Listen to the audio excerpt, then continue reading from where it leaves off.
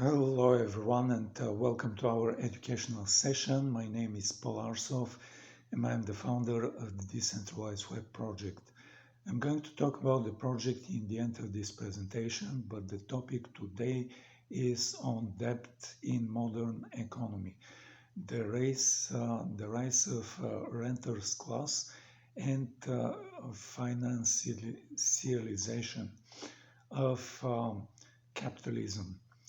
We're going to turn to the economics theory of some researchers and writers like David Graeber and uh, Michael Hudson, who studied and wrote many books about ancient economic systems and debt. So like the Hudson analysis is particularly relevant today, especially in combination with the current President Trump's rise to power in an era of ballooning debt and imperial decline. The main theme in Hudson's theory of economics is the rise of a renters class and finance capitalism, siphoning wealth out of the economy. He often contrasts our modern economic system, where a significant portion of income is derived from the ownership of real and financial assets, to a completely different ownership arrangement in the ancient past. And while many believe that ours is an incomparably more advanced system, there is in fact nothing advanced or new to it. Actually, rulers fought against the emergence of a rentier economy for many millennia. They did this for a good reason, and not only for self-preservation. It was realized early on how inherently unstable and self-terminating would such an economic arrangement become should it come to power. Ultimately, the battle was lost 300 or 400 years ago with the rise of a rich merchant class in Europe. After centuries of exorbitant growth, now we witness the system's self-destruction on a global scale, with things unfolding almost exactly as it was forecast by Aristotle some 2400 years ago. So what is the synopsis? Let's start things off with where we are at the moment. As of today, 37% of U.S. global domestic product comes from real estate, finance, insurance, and professional business services like law, consulting, brokerages, and etc. Activities which produce very little tangible value, yet cost exorbitant amounts of money. Yes, these professions are a vital part to a functioning economy, but when more than a third of a nation's global domestic product is spent on them, then there is something seriously and badly amiss. For comparison, manufacturing, mining, agriculture, and construction together represent a mere 28% of the US economy. A thing to ponder on. Based on these simple facts, we believe that it is not far-fetched to call the US and most Western economies as renter economies. But why is that a problem? Besides the bad taste these words leave in one's mouth. The answer is simple. Such an arrangement strangles our economy and will lead to its eventual collapse, even without resource depletion, climate change, or wars. Besides their outsized share of economic transactions, profit rates in the finance, insurance, and real estate sector grew from 20% in the 1980s versus 88% in manufacturing, 35% in 2010s, and can be expected to rise further still. Combined with their already large and still growing share of global domestic product, we're talking about trillions being sucked out of the economy in form of profits every year and spent on what exactly? Stocks, bonds, investments in other people's and nations' assets only to crank up rents, perhaps on political campaigns, well, not on creating a valuable, productive economy for sure.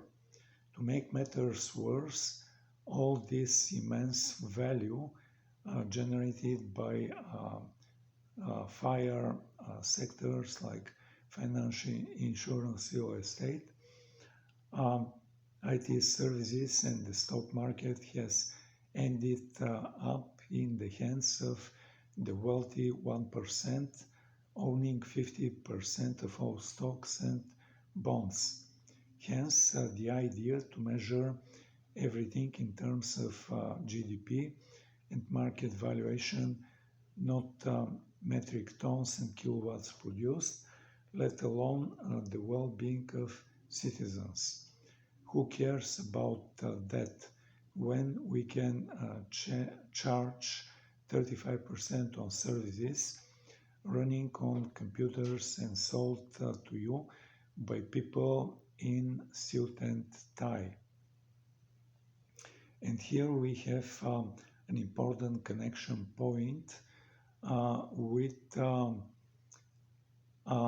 researcher called Peter Turchbein's work, namely to the concept of called the wealth pump.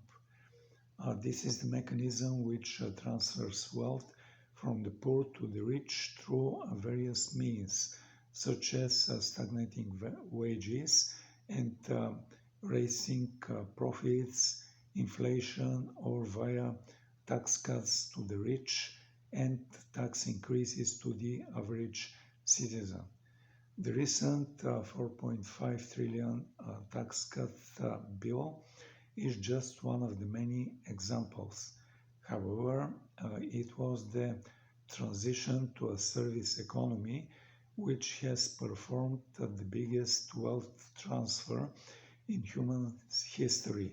It has sucked all productive material investments and maintenance budgets dry and funneled almost all funds into the stock and housing markets, as well as into bloated tech bubbles, .com in 1990s, crypto in 2010s, AI as of today. The wealth transfer has resulted in the rise of a ruling class of financial retail, fossil fuel, pharma, big ag, and defense moguls who then reconfigured the entire economy for their own interests. In the meantime, democracy, if there were ever one, has withered on the vine, as political scientists Martin Gilens and Benjamin Page found in their 2014 studies published by Cambridge University's Press. Economic elite and organized groups representing business interests have substantial independent impact on US government policy, while mass-based interest groups and average citizens have little or no independent influence. There is no other way to put it. Most states around the world, including but not limited to the US, have now become oligarchies. The immense wealth accumulated by corporations, asset management firms, and wealthy individuals have been successfully transferred and translated into a political power via campaign donations, lobby groups, astroturfing, and mass media campaigns. Such a system has not come to be by design or via a malevolent conspiracy against the poor, though.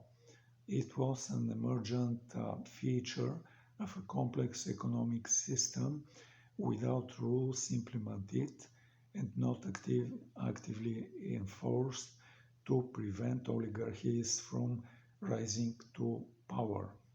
People always wanted to get a better life, and quite some of them wanted to get rich and powerful too, which is fine, but only to a certain extent. Left to its own devices, a free market economic system eventually resulted in the concentration of wealth and power in the hands of the lucky few who were in the right place at the right time.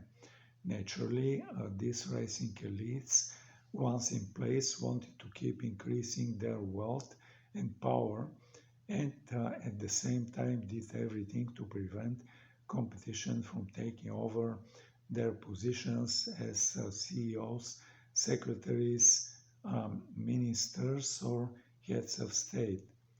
The solution lent itself to them all too easily. Using their existing power, these elites actively worked on reducing social mobility and forming dynasties to ensure the succession of their power. Ever wondered while most elections and corporations were dominated by the same family names for decades? Once on top, the ruling class tried to kick away the ladder by insisting on higher and higher entrance fees to the club. They encouraged the implementation of law making higher education private, where they could set the financial bar as high as they wished. This way, the ruling class hit two birds with one stone. They got the right to select who can enter their circles by limiting admission to the most elite institutions, and turned colleges themselves into a linchpin of the wealthy pump machinery. By asking for ever higher tuition fees and offering student loans you cannot default on, the wealth transfer could continue at an ever higher pace. Despite all the efforts to thwart people's chances rising to elite circles and to prevent the overproduction of elites, quite a few managed to do so by hijacking the system. The new generation of counter-elites got rich by playing big on the casino and betting on the success of tech bubbles, be it in online retail, social media, electric vehicles, cryptocurrencies, or as of late the AI. Silicon Valley with kids, social media, and online retail moguls now hold not only the vast majority of stocks and bonds, but also have a considerable sway over the US politics.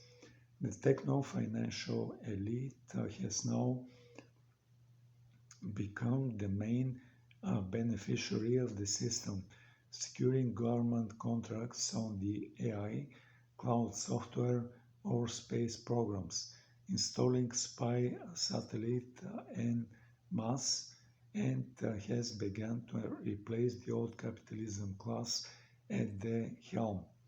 The recent revolution in the States is thus but final stage in this century-long saga of immiserating the average citizen and enriching the ruling class beyond measure.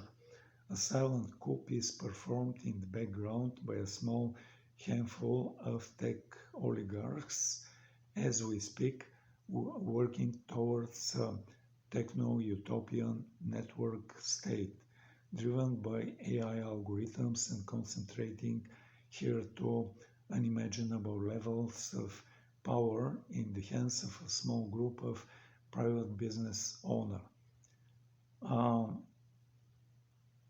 What we're witnessing isn't just a power grab, it is a culmination of an ideology that has been incubated, tested, and refined for over a decade.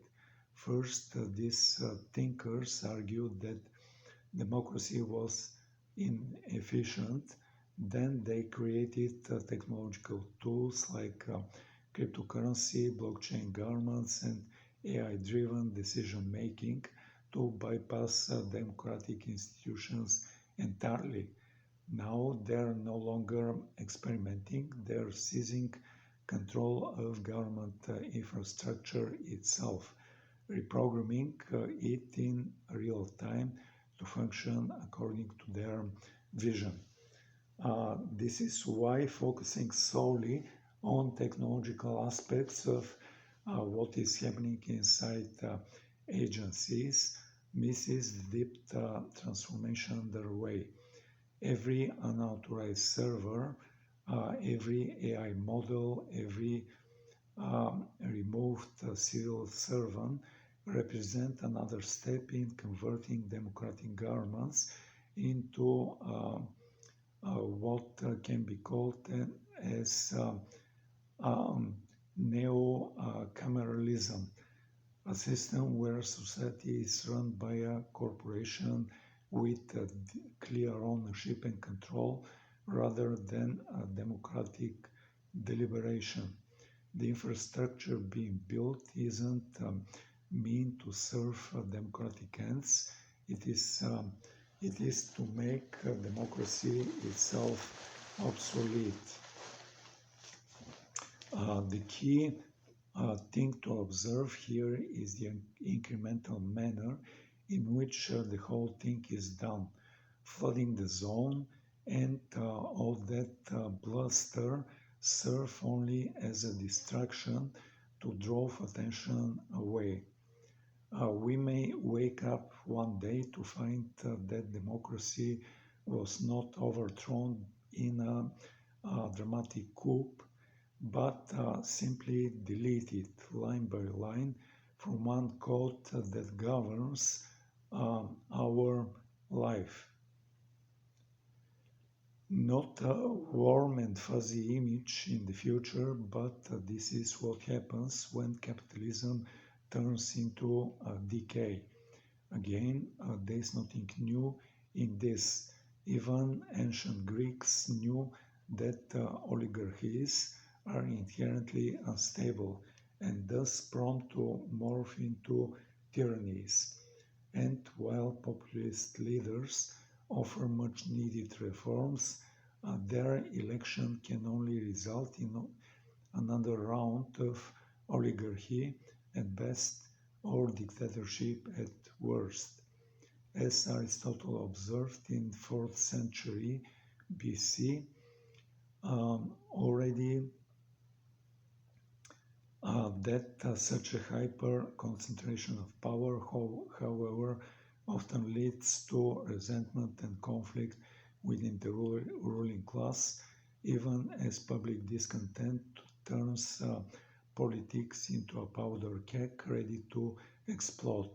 And while this seems unlikely today, given the euphoria around the reforms this administration has ushered in, we guess we don't have to wait much too long for the pitchforks to come out once the honeymoon period ends and economic decline arrives to the earnest.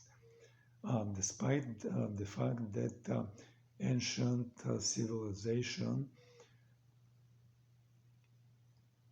uh, lacked the technical gimmicks of our high-tech society, they knew much more about human nature than most of us today. They didn't have the internet of reads, not uh, the good godlike intelligence. They had, on the other hand, plenty of common sense and wisdom. Ancient civilization got rid of the problem of rising oligarch class altogether by clever inventions um, like debt jubilee. In lean years, when harvests were not so great, peasants took on credit from a class of creditors to feed their families, who in turn were allowed to charge a fee for their services. The problem was, and still to very day, that when money is credited into existence or given to you from a pile of gold, only the principal is handed out to you. The interest which you must pay back on top of the principal has to be taken from somewhere else. And a quasi-steady state economy, such as ancient Babylon or Egypt, this presented leaders with unsolvable problem. Compounding interest on loans, which were impossible to repay after two or more consecutive bad harvests, meant that debts outstanding had the potential to grow um, at an exponential rate forever, eventually surpassing the size of the entire Babylonian or Egyptian economy. Meanwhile, the size of croplands and the amount of harvests remained more or less constant. To solve this simple math problem, jubilees were invented to erase debts from time to time, sometimes as often as every 7 years, in order to prevent peasants from losing their land and um, staving off creditors from becoming the largest asset holders in the country, amassing more wealth than the kings themselves. By implementing that jubilee, the kings thought managed to prevent the rise of a renters class, and thus their kingdoms could remain stable for centuries, if not thousands of years. The past couple of centuries were an anomaly in numbers of ways. The biggest anomaly of all was perhaps the discovery of technologies allowing us to transform fossil fuels into food and consuming products en masse. The Haber-Bosch process turned natural gas into fertilizer, doubling crop yields worldwide. Diesel engine relieved millions from their toils on the field and allowed them to work in factories powered by coal to make consumer goods. The second biggest anomaly was by far we were able to grow our per capita energy consumption and therefore the amount of goods and food produced year by year thanks to the discovery of ever larger oil fields and a globalized economy. Nothing even randomly similar has happened for such a sustained period of time in human history. Growth was always ephemeral and was followed by a decline sooner or later, resetting the playing field. This second anomaly of compound growth was the only reason the economy could get away with rather rising debt levels together with the meteoric rise of plutocrats. The depletion of rich mineral and fossil fuel deposits and their eventual replacement with even harder, costlier and energy intense to get resources has put an end to this massive historical anomaly called growth.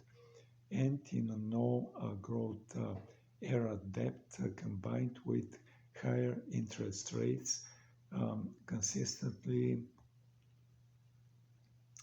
ostensibly to fight inflation and the rise of tech oligarchy is not only a recipe for a further immiseration of the masses but will inevitably lead to social and economic upheaval. The fact that we're on the cusp of massive global economic decline should now have become more than obvious. Tariffs and their trade barriers can thus will openly usher in this decline sooner and make it much worse than it otherwise needs to be. Presuming the latest GDP estimate proves to be correct, the US economy is about to fall off the cliff by the end of the following months or years. If this is true, the ride downhill will become much wilder than anyone could have imagined previously. And with this said, I'm ending this presentation and I'm coming back to the beginning of this presentation when I told you that my name is Paul Arsov and I'm the founder of the Decentralized Web project. The Decentralized Web project built a decentralized communication and advertising platform. It is monetized just as I mentioned through advertising and it has its own blockchain instance which rewards people who become users on our platform with tokens. It rewards users for viewing advertising and it rewards users from inviting people to become new users on our platform. The meaning of decentralization is different than the meaning put by blockchain technology. We view blockchain technology as fundamentally flawed and unsuitable to drive decentralization. And in our implementation of decentralization, we allow direct communication from user to user without going through a third party which collects information or serves as a server which distributes back information to users. With this said, I'd like to tell you the name and the URL of this project. It is decentralizedweb.org. Decentralized and web, these are two words. They're typed all together. then there is dot, and it ends with org. Once again, decentralizedweb.org.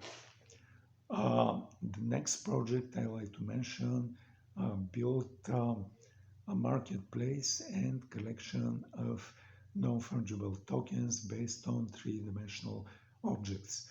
With three-dimensional objects, there has to be special software which loads and displays the three-dimensional object, and most often creators of 3D objects they used game engines, namely a game engine called Unity and game engine called Unreal.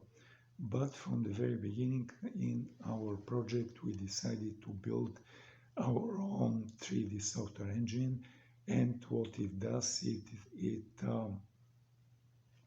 reads the file of the three-dimensional object, then it opens a window on a computer screen, then it displays the 3D object NFT, and then it starts animating the 3D NFT in a way of moving it in a random fashion around the window.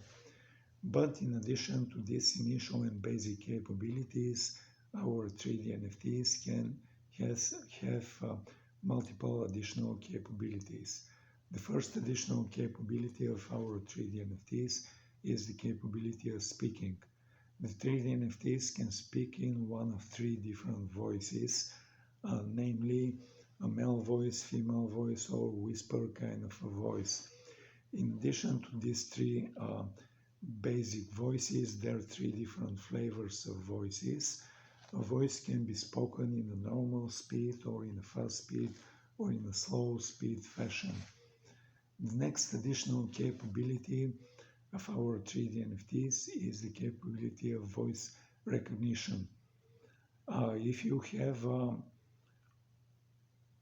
3D NFT moving around a window in a random fashion, then you can issue your very first voice command to the 3D NFT to stop moving, and then the 3D NFT is going to stand still and stop moving. You can issue following voice commands to the 3D NFT to move left, move right, move up, move down, zoom in, zoom out, rotate. And then the 3D NFT is going to fulfill each one of these separate voice commands. The next additional and important capability of the 3D NFTs is the capability of them having a basic artificial intelligence. Wow, really wow. You can ask the 3D NFT, what is your name? And then the 3D NFT is going to reply with their name. You can ask the 3D NFT, who are you? And then the 3D NFT is going to reply in few sentences of who they are. You can ask the 3D NFT to describe something.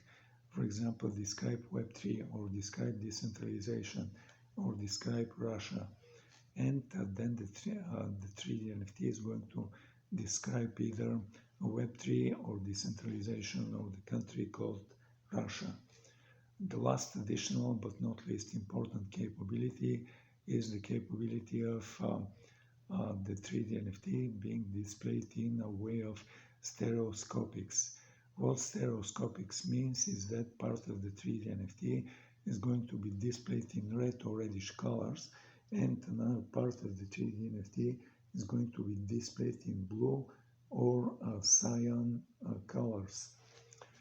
Then you can come to our 3D NFT marketplace, and now it is the time to tell you the name and the URL of this website of the 3D NFT marketplace. It is 3dnft.decentralizedweb.org. 3D NFT is typed in a way of the number 3 followed by the letter D followed by three other letters N, F, and T, and it is typed all together 3D NFT. then there is dot, then there are two words, decentralized and web, then there is dot, and it ends with org. Once again, 3dnft.decentralizedweb.org. On the top of the main page and every other page, you can see a number of links. One of these links points to links to accessories. When you click on this link, you're going to see that we are offering special glasses. When you click and order one pair of these glasses, and when you receive these glasses, you can see that one lens of these glasses is red and another lens of these glasses is blue cyan. Then you can put these glasses on. You can request displaying the 3D NFT in a way of stereoscopics, and then you are going to see the 3D NFT is coming out of the flat two-dimensional computer screen, and you're going to see it in real 3 dimensions. With this said, I'd like to tell you a little bit about our 3D NFT marketplace. In our 3D NFT marketplace, we have our own blockchain instance. It runs Ethereum software, and it is the same software which runs on Ethereum mainnet. It runs on Binance Smart Chain. It runs on Polygon Matic Chain.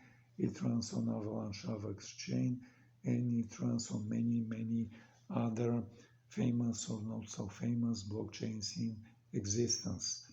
By having our own blockchain, then we do not charge our users to pay gas fees for the deployments of the smart contracts of the non-fungible tokens, and we do not charge our users for transactions of transfer of ownership from one user to another user.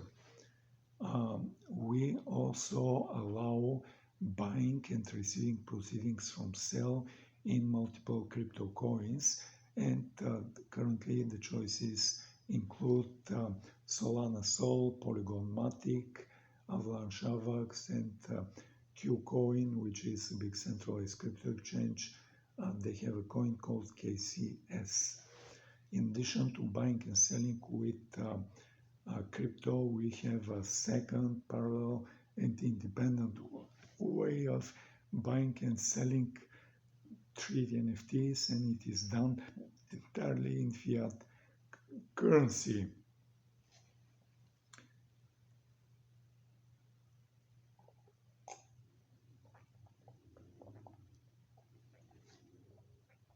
Let's say you are an user, you come to our 3D NFT marketplace, you browse through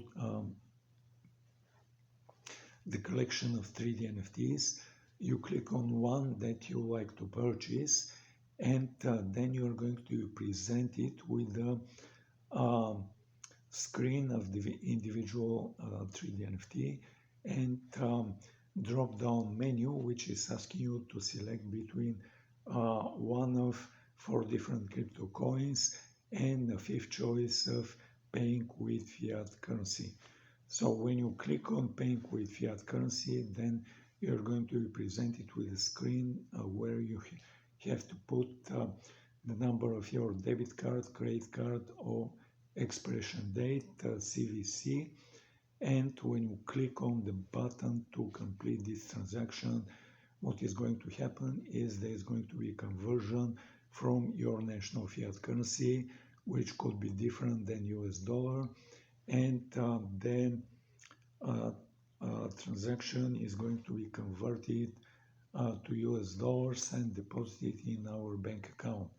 We are going to follow this with transaction and transfer of ownership, the initial ownership from our 3D NFT marketplace to you, and now you become owner of this 3D NFT. You can play with this 3D NFT for a while, and then you can decide to put this 3D NFT for sale. So let's say there is a second user who comes to our 3D NFT marketplace. They browse through the collection, they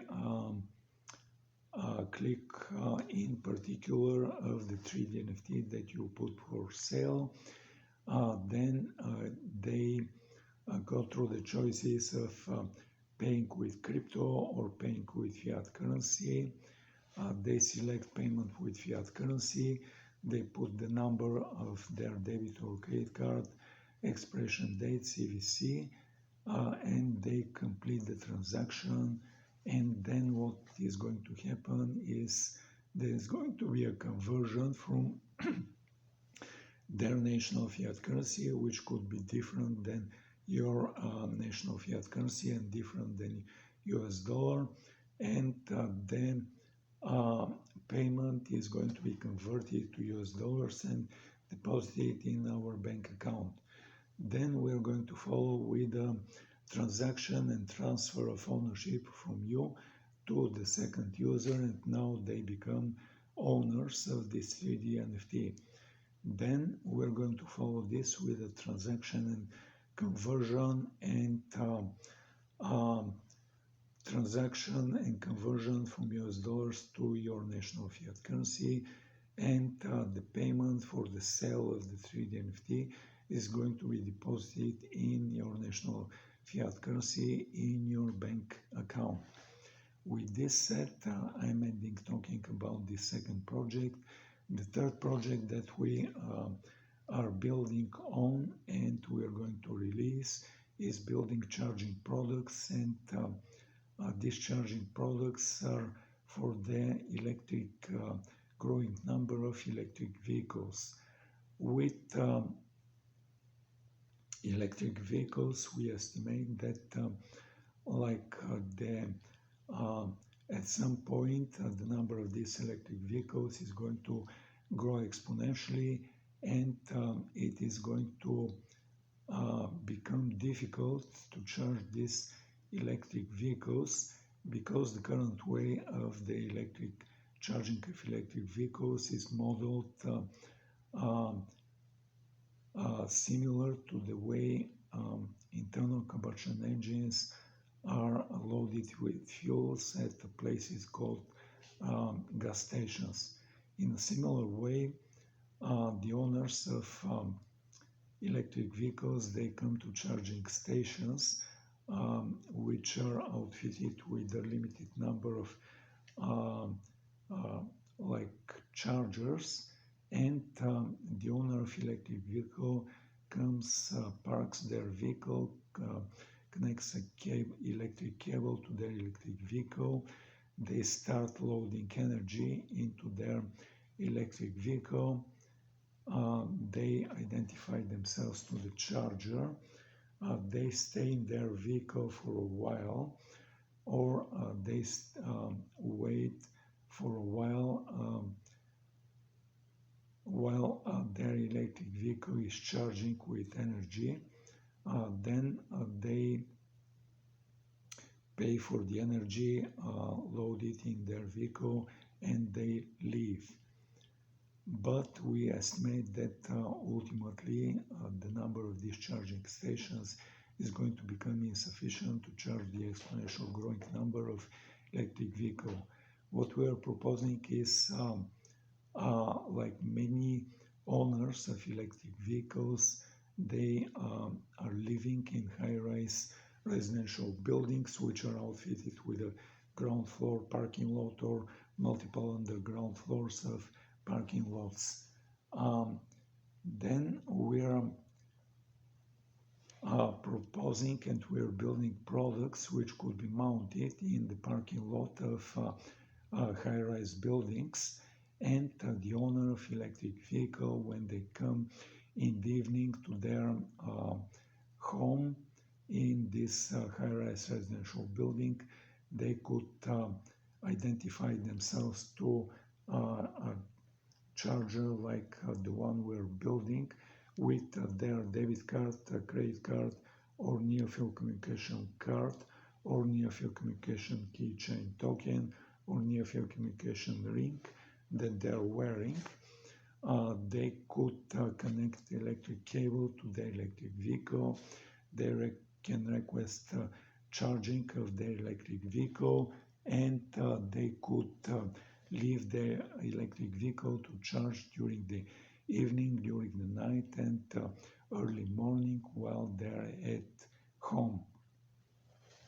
But in the same way, owners of electric vehicles could be working in high-rise office buildings, and in the same way, these high-rise office buildings could be outfitted with electric vehicle chargers like the one we're building, and the owner of the electric vehicle, when they come in the morning for work, they could connect electric cable to their vehicle.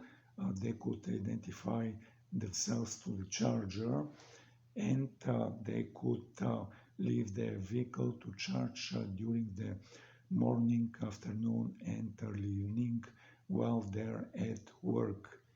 With this said, I like to tell you the name and the URL of the website of this project. It is power.arstec.com. Power is the ordinary word for power, then there is dot, then there is a word which I can spell it letter by letter. It is Alpha, Romeo, Sierra, Tom, Echo, Charlie, Hotel, altogether Arstec. Then there is dot and it ends with com. Once again, power.arstec.com. On the main page of this website, you can see that we release 3 different surveys. One of these surveys is about hardware, the other one is about software, and the third one is about features. You can click and fill one or all of these surveys, and this is going to tell us about your needs for charging products, so that we could maybe modify an existing product that we have, or we could build a new product which is going to serve your specific needs for charging products. We also put on the main page a link to an article called Gas Station Model versus Parking Lot Model, and this article provides very big details about the products that we're building and their purpose and their additional features that they could provide not only to the owner of the electric vehicle, but to the electric distribution companies and electric utilities and owners of factories and high-rise buildings, which could benefit enormously from the features that we're including in our charging products. With this said, I'm ending talking about this project. I like to mention a third project that we're working on, and this third project built artificial intelligence agents, and currently we have 2 artificial intelligence agents, and each of these artificial intelligence agent has their own avatar, their own gender, their own voice, and their own large language model. And like you, the user could put the initial prompt to each one of these 2 artificial intelligence agents, and for example, you could put the prompt to the first artificial intelligence agents to be very seductive. You can give it female gender, female avatar, and female voice. And for the second artificial intelligence agent, you can put a male gender, male voice, male avatar, and you can put the initial prompt to be very angry.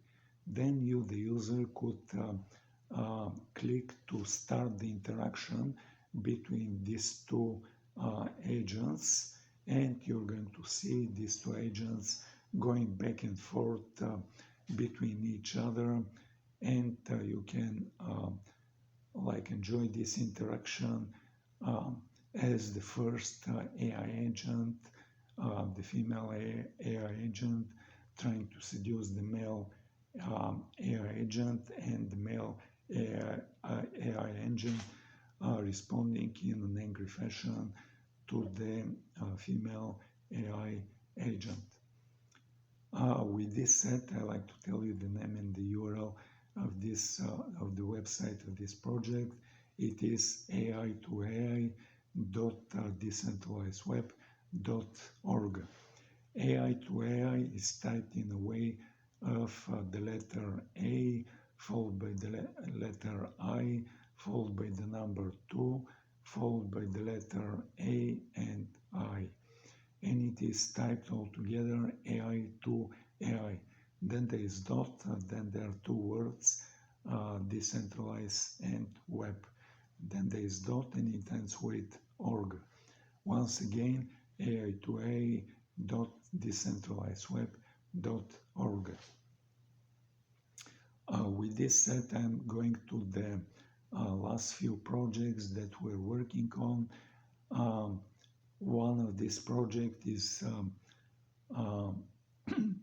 building automation agent, where you can have a web browser, or you can have an ordinary program, and then you're going to go through a sequence of steps of you clicking and typing something on your keyboard, and then this agent is going to record these interactions, and in the end of this specific sequence, you can tell the agent this is, you can put a specific label for this.